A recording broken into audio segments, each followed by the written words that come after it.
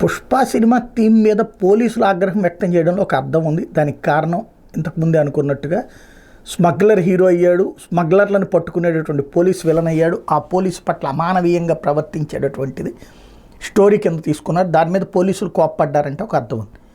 సరే, ధిక్కారమున్ సైతునే అని ఒక పద్యంలో ఏదైతే మహాభారతంలో వాటిట్లో ఉండేటటువంటి అంటే పాలకుడు అనేటటువంటి వాడు రాజ్యాధికారం అనేది చేతిలో పెట్టుకున్న తర్వాత ధిక్కారాన్ని సహించడానికి, అల్లు అర్జున్ ధిక్కారమే ఇప్పుడు కాంగ్రెస్ పార్టీలో ఉన్నటువంటి అనేక మందికి సహించట్లేదు. దానికి సాక్ష్యం పదే పదే కనీసం 15-20 మంది వెంటపడి మాట్లాడుతున్నట్టు. అదంతా ఒక ఎత్తు అయితే, సీతక్క మాట్లాడింది మాత్రం ఏదైతే పుష్ప సినిమా థీమ్కి సంబంధించి మంచి మాట చెప్పుకొచ్చింది.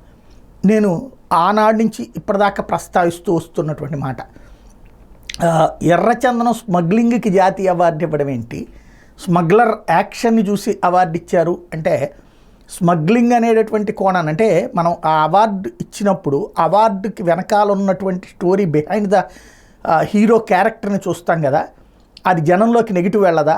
అట్లాగే కనీసం రెండో పాత్రలో రెండో సినిమాలోనన్నా ఇది తప్పు అనేది చూపించండి. ఫైనల్గా ఇలాంటి తప్పుడు పనులు అనేటటువంటిది వెళ్ళాలి, కానీ ఇదంతా హీరోయిజం కింద ప్రొజెక్ట్ చేయడం కరెక్ట్ కాదని అదే మొక్క ఇప్పుడు సీతక్క నోటి వెంట వచ్చింది. జైభీమ్ లాంటి సినిమాలు పక్కకు పోతున్నాయి, ఇట్లాంటి సినిమాలు హైలైట్ అవుతున్నాయి అన్నటువంటి విషయాన్ని టచ్ చేసుకొచ్చారు ఆవిడ.